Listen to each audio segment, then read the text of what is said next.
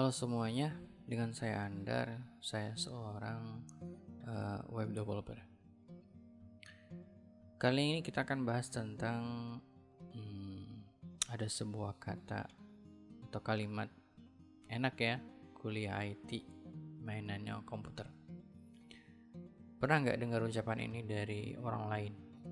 Wahai kalian anak-anak IT. Lalu apa jawaban kalian? Atau setidaknya apa reaksi kalian? Mungkin dalam hati kalian akan bilang, belum tahu dia. Dan mungkin selanjutnya kalian akan menjelaskan apa yang ada di dalam IT tersebut. Apa itu IT? Dalamnya apa? Karena IT bukan sekedar mainan komputer, bukan hanya membahas tentang komputer doang sebetulnya. Orang-orang yang awam IT mungkin mempunyai anggapan seperti itu. Mereka menganggap bahwa IT ya pegangannya atau mainannya komputer doang. Tapi sebetulnya tidak sepenuhnya benar.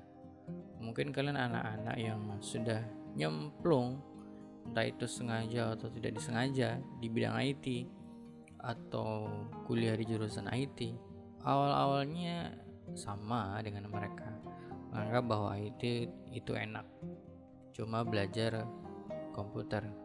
Banyak teman-teman saya yang masuk ke IT itu menghindari pelajaran-pelajaran yang rumit seperti matematika, fisika, dan lain-lain.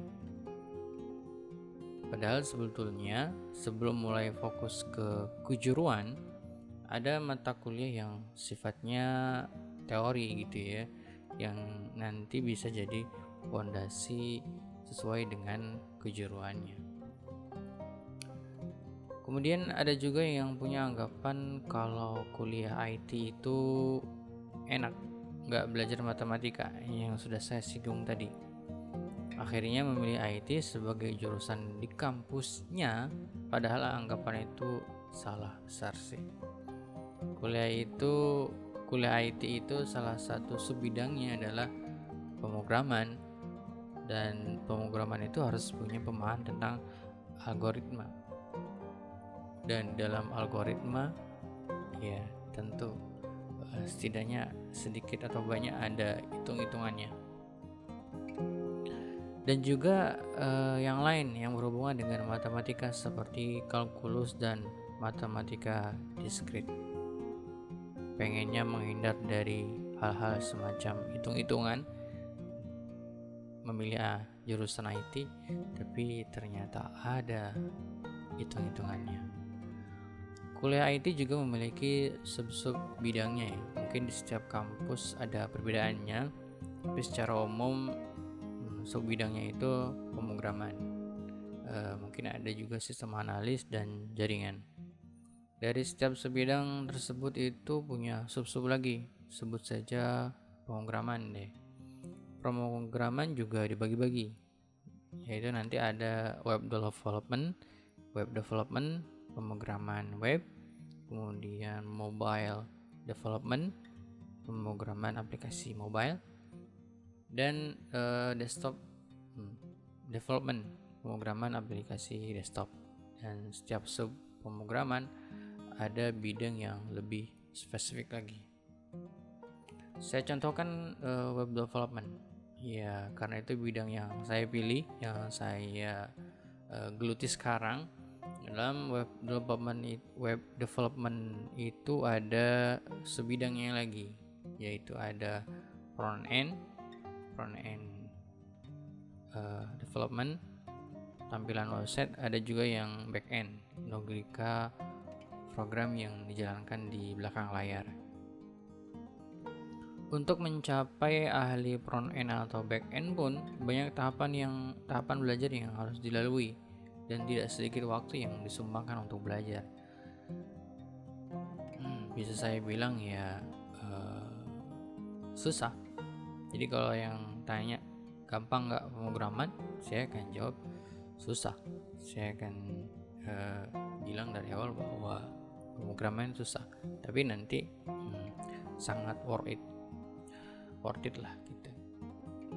Kesimpulannya bahwa IT itu tidak semata-mata megang komputer ya, megang komputer doang, tapi banyak persiapan sebelum masuk ke dalam inti bidang IT-nya. Jadi jangan melihat orang yang sudah sukses dalam bidang IT itu luarnya saja. Mungkin sekarang kelihatannya enak ya kerjanya depan komputer, tapi tidak melihat apa yang sebetulnya dia lalui. Kerjaannya di kantor, pegangannya laptop, hanya megang laptop, hanya ya ngetik-ngetik doang di laptop. Enak ya kerjanya, tapi dia nggak melihat dulunya susahnya belajar, ngatur waktunya, apalagi mungkin ketika kuliah tugas-tugas dengan yang lainnya itu sangat ribet lah gitu ya. Nah mungkin singkat saja untuk pembahasan kali ini, mungkin bisa bantu kalian yang ingin tahu IT atau membantu kalian yang ingin masuk IT agar punya gambaran tentang IT sebelumnya.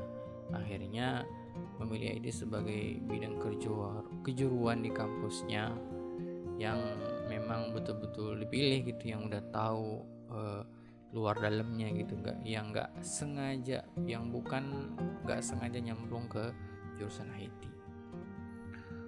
Oke, terima kasih atas perhatiannya dan bye bye.